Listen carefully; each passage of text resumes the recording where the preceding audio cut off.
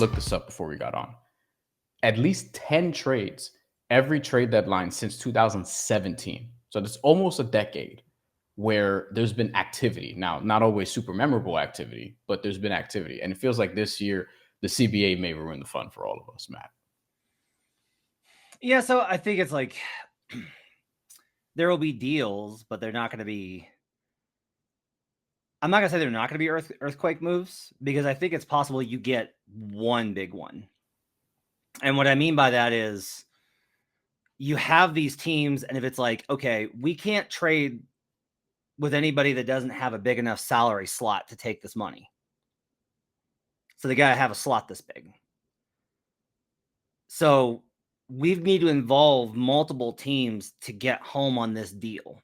And like the easy one is Jimmy, but also like I'm open to the idea of that evolving outside of Jimmy, because that's happened before where it's like two teams worked with a third team because that third team was trying to move a guy and they couldn't get it done. But the two other teams were like, well, we like what we're giving each other. Why don't we go find somebody else to do the rest of the deal? And that's how those things evolve. And when you have Beal at 50 and you have Jimmy at 48, like that's got to go somewhere, right? And the answer might be that nobody's willing to take him. And that, especially with Beal being like, you are not sending me to Siberia. I am not going to get pushed out here. You can bench me. You can do whatever. Right. I'm not going to where, like, I guess trying to think of like what hell is, but like wherever that is for Bradley Beal, he may not want to go there. The key though is there are teams that I don't think are like, oh no, we're good. That's the difference. Is I think fans are like, well, they're winning games, so they got to be good.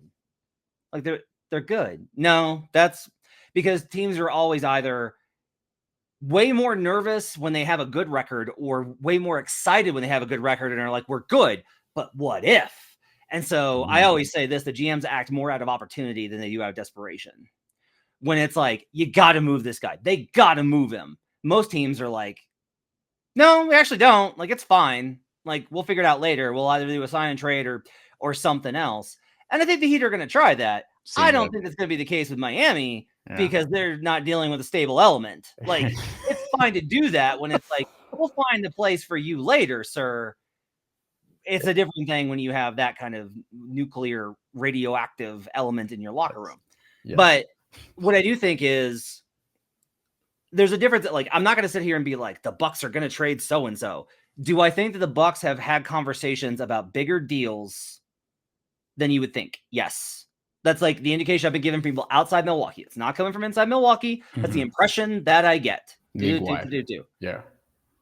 The Bulls are not like, wow, we're pretty good. Let's just keep it all together and let's keep it rolling. No, like they're like, we gotta get rid of this money. We gotta get rid of this money now. And so they are still going to be looking to move Vucevic, which is a big salary slot, and LaVine, which is a big salary spot. Now, the problem is the teams that want to move the large contracts don't want to take anything back. And that's where this thing is going to get messy and ugly and complicated, and things may fall apart. Because like Chicago and Denver, as far as I can tell, were like, hey, how about? And the other side was like, yeah, I think so.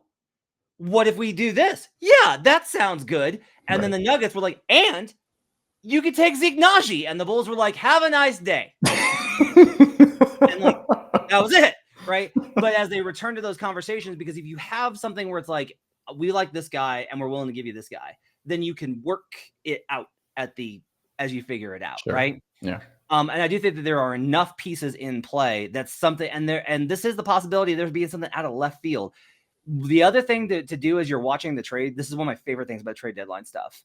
When you hear that a team is looking to deal a player where you're like, oh, like that makes sense. Look at the other guys that they might be willing to move. Because this happened last year very specifically with the Washington Wizards. They had conversations with like 17 teams about Kyle Kuzma.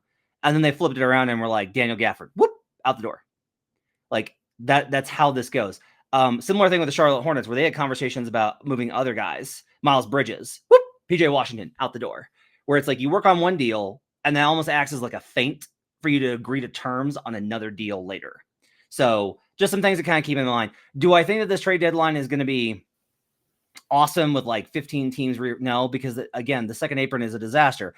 It might crush it. I'm not going to rule it out, Brian, that this could just like crush the trade market. That's in part what it was designed to do, because the owners are diabolical. But I do think that there's enough of it. But the counterpoint to the owners are diabolical and don't want guys moving deals is also the owners wanted a reason to give them the excuse not to pay the tax, not to go in the second apron tax. Right. And so that's a reason for them to just be like, hey, you've got salary space. Let's move it on out of here. There's not enough teams to do it. And Detroit, the biggest problem, last thing, is Detroit going off the board as what I call a money launderer. Like the Hornets are a money launderer this year, where they're just like, yep, absolutely. We will take your trash. We'll give you a valuable player out as long as you give us the draft assets. Sure. Keep it coming. We're aiming for Cooper Flag. Cool. Sure. Yep. Detroit had positioned themselves preseason and had told teams, hey, we're going to try and win a little bit this season. We think we're going to be better, but like, we're still very open if you want to call and we'll talk about those deals. Now they're like, we're actually good. So we're kind of shifting. We don't really want to do that. Like, we don't want to take your big contracts anymore. Yeah. And that takes one of those partners off the table, which is very significant. Okay. Couple things. I will throw at you some trade deadline stuff from last year, perhaps the year before, because there have been some active trade deadlines that might get nuked, but want to put that into a little bit of historical context. Also, if you're watching, thank you. I see some comments. We are going to get to those after a couple more minutes here, but we will get to them. So if you have comments, please bring them, and all comments are welcome, except obviously, dickhead ones. So last year, there were 15 deals, Matt, in the trade deadline, around 20 teams involved. Okay, 2/3 of the league. The big ones were probably the Dallas trades with Daniel Gafford, with PJ Washington. There was a Bojan Bogdanovic trade that a lot of people forget about, obviously, and then the Knicks ended up turning that into getting Mikal Bridges. So that was kind of the move before the move. There was some movement. There were a lot of smaller deals also involving like Patrick Beverley, for example, but those were sort of the signature trades. The year before was Kevin Durant going from the Nets to the Suns for the Mikal Bridges, Cameron Johnson package. Cameron Johnson actually could be part of this again this year. We'll see. But the Nets obviously have some motivation to move a good player to try to get something back, because Cooper Flag and also other players in the draft. Like, I'm probably higher than most on VJ Edgecombe, for example, when he's somebody like, if I'm in the top 3, top 4, top 5, and I get him as a consolation, I'm thrilled with that because I think he's going to be very, very good. And the year before that, one of my absolute favorite trades, not the James Harden for Ben Simmons one, because that was in 2022, but also this year.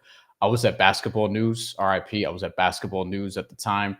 We were doing a live trade deadline stream, and I reacted live to Kristaps Porzingis being traded for Davis Bertans and Spencer Dinwiddie. And I've been memed by Alex Kennedy and Sean Rochester and other people since that.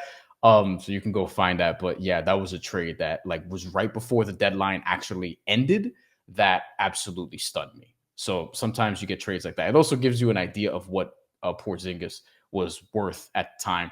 21 Alex comments Kyrie. Kyrie was a few days before the trade deadline when he did get moved to the Nets, or from the Nets rather to the Mavs. But that's another one also. And we haven't had that flurry of activity yet. I don't think teams are going to sit on their hands willingly. I think if anything, it'll probably be by force, as you were alluding to. Like they're having all these conversations. They're trying to work stuff out, but there is like a whole real holdup in terms of like somebody's got to take the money, because these teams, like the teams that would be buyers for, hey, we'll give you X amount and we'll take back X plus Y in money, because we're closer to a championship contender and you get to save a little bit. Those deals are gone, because now the championship contenders are like, if we don't get out of the second apron, we can't sign buyout guys. We can't aggregate deals and trades this summer. Like, we got to get, and we need to do some of this work, soon. But there's also, there has been a move to like, we'll just rearrange everything in the summer and then play through the year and then rearrange everything in the summer.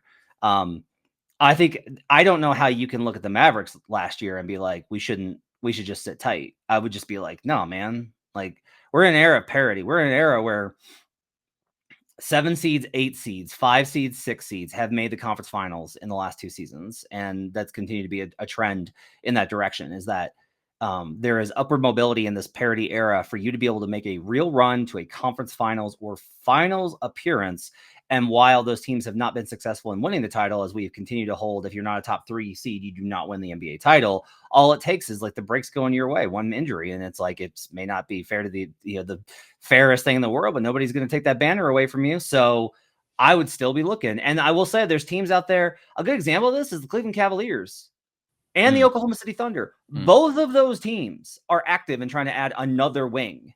When it's like, God, they're so good. They're at the top of the league. They're on pace for 70 games. Both of those teams are making active calls trying to upgrade their wing spots. Not crazy. The one in Miami, though. Not the one in Miami. Not the one in Miami. Okay. Speaking of Miami, Callum has a question.